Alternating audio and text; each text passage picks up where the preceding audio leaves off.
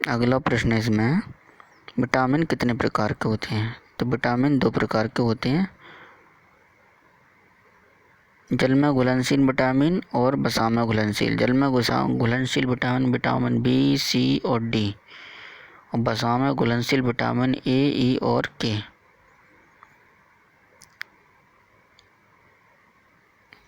अगला है, रुक्षांश किसे कहते हैं? फलों और सब्जियों के छिलकों में एक विशेष प्रकार का कार्बोहाइड्रेट पाया जाता है जिसे रुक्षांश कहते हैं। भोजन का कार्य क्या है? अगला प्रश्न है। तो भोजन हमारे पोषक तत्व देते हैं, भोजन हमें पोषक तत्व देते हैं जिससे हमें ऊर्जा और ताकत मिलती है। इससे हमारे शरीर की वृद्धि होती है और ये हमें विभिन्न रोगों से बचाते हैं। अगला प्रश्न है, हमें संतुलित आहार की आवश्यकता क्यों होती है? तो इसका उत्तर है, संतुलित आहार हमें संतुलित मात्रा में ऊर्जा, ताकत और हमारे शरीर को वृद्धि देते हैं और हमें विभिन्न रोगों से बचाते हैं। ये हमारे शरीर को चुस्त और तंदुरुस्त रखते हैं। अगला प्रश्न है, तुम अपने भोजन में उपस्थित मांड स्टार्च की मात्रा की जांच कैसे करोगे? तो हम भोजन में कुछ नमूना या कच्ची सामग्री लेते हैं, इसमें 2 या 3 बूंद आयोडीन विलय कर देते हैं, मतलब आयोडीन की बूंद डालते हैं। यदि इसका रंग काला नीला हो जाता है तो यह दर्शाता है कि इसमें स्टार्च उपस्थित है। तो विटामिन कितने प्रकार के होते हैं? विटामिन निम्न प्रकार के होते हैं, vitamin A, vitamin B, vitamin C, vitamin D, E और के।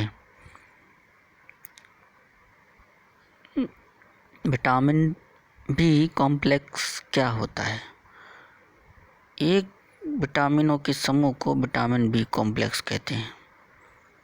कौन सी विटामिन हमारे शरीर में सूर्य के प्रकाश से बनता है? इसका उत्तर है विटामिन डी। विटामिन डी हमारे शरीर में सूर्य के प्रकाश से बनता है। रुक्षांश या रेशेदार भोजन क्या होता है? अगला प्रश्न है, रुक्षांश एक भोज्य रेशा है जो हमारे शरीर में मुख्यतः पादप उत्पादों से प्राप्त होता है। अगला प्रश्न है इसमें, रुक्षांश के मुख्य 5 स्रोतों के नाम लिखिए। तो इसमें उत्तर में सभी अनाज, दाल, आलू, ताज़ा फल और सब्जियां रुक्षांश के मुख्य स्रोत हैं। अगला प्रश्न है, हमारे भोजन में रुक्षांश लेने के क्या फ़ायदे हैं? तो हमारे भोजन में रुक्षांश लेने के निम्नलिखित फ़ायदे हैं। जैसे नंबर 1 पर है, यह हमारे भोजन का आवश्यक घटक है। नंबर 2, यह हमारे शरीर को अपाचित भोजन से छुटकारा दिलाता है या कब्ज हटाने में मदद करता है। अगला प्रश्न है इसमें, हमारे शरीर को जल की आवश्यकता क्यों होती है? तो हमारे शरीर को जल की आवश्यकता इसलिए होती है क्योंकि जल भोजन से पोषक तत्वों का अवशोषण करने में हमारी मदद करता है।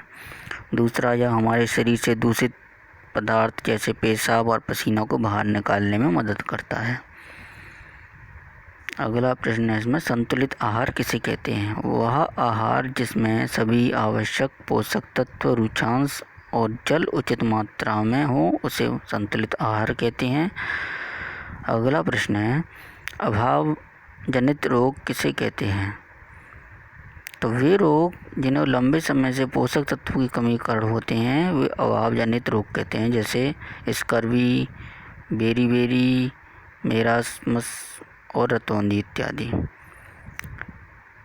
अगला प्रश्न है, हमारे शरीर में कार्बोहाइड्रेट मुख्यतः किस रूप में पाया जाता है? तो इसका उत्तर है स्टार्च तथा शुगर के रूप में पाया जाता है। अगला प्रश्न है, 2 पोषक तत्वों के नाम बताइए जो हमें ऊर्जा प्रदान करते हैं। नंबर 1 है वसा और नंबर 2 है कार्बोहाइड्रेट। अगला प्रश्न है, वसा या कार्बोहाइड्रेट में से कौन सा पोषक तत्व हमें अधिक ऊर्जा देता है? इसका उत्तर है वसा। अगला प्रश्न है, किस पोषक तत्व से भरपूर भोजन को शरीर निर्माण वाला भोजन कहा जाता है? तो प्रोटीन युक्त भोजन को अगला प्रश्न है, कौन सा विटामिन भोजन पकाते समय आसानी से नष्ट हो जाता है? यह विटामिन सी है। अगला प्रश्न, मोटापा क्या है?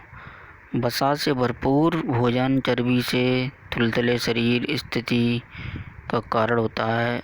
इस स्थिति को मोटापा कहते हैं। अब कुछ प्रश्न हैं, जैसे किस पोषक तत्व की कमी से घेंगा रोग होता है? बेरी रोग का लक्षण बताइए। अभावजन्य रोग किसे कहते हैं? पकाए हुए भोजन में से अत्यधिक जल को क्यों नहीं फेंका जाता है? आहार की परिभाषा दीजिए। संतुलित आहार किसे कहते हैं? दूध या संतुलित आहार कैसे होते हैं? जैसे vitamin A, B, C, vitamin, calcium, protein, वसा और कार्बोहाइड्रेट की कमी से होने वाले रोगों की सूची बनाइए। सोयाबीन में विभिन्न पोषक तत्वों की प्रचुरता पाई जाती है। हमारे शरीर में जल का कार्य लिखो। प्रोटीन का 2 कार्य लिखिए। सबसे अधिक ऊर्जा किस पोषक तत्व में पाई जाती है? और भी प्रश्न इसके। आहारी रेशों की हमारे शरीर में क्या आवश्यकता है? प्रोटीन के 5 स्रोतों का नाम लिखिए। वसा के 5 प्रमुख स्रोतों का नाम लिखिए। इस तरह से ये कुछ क्वेश्चन हैं जो कि अपन चैप्टर पढ़ने पर आसानी से उसमें आपको मिल जाएंगे। और यहाँ हम भी इसके सॉल्यूशन ले चुके हैं टॉप जितने ये स्टडी किया था उसमें।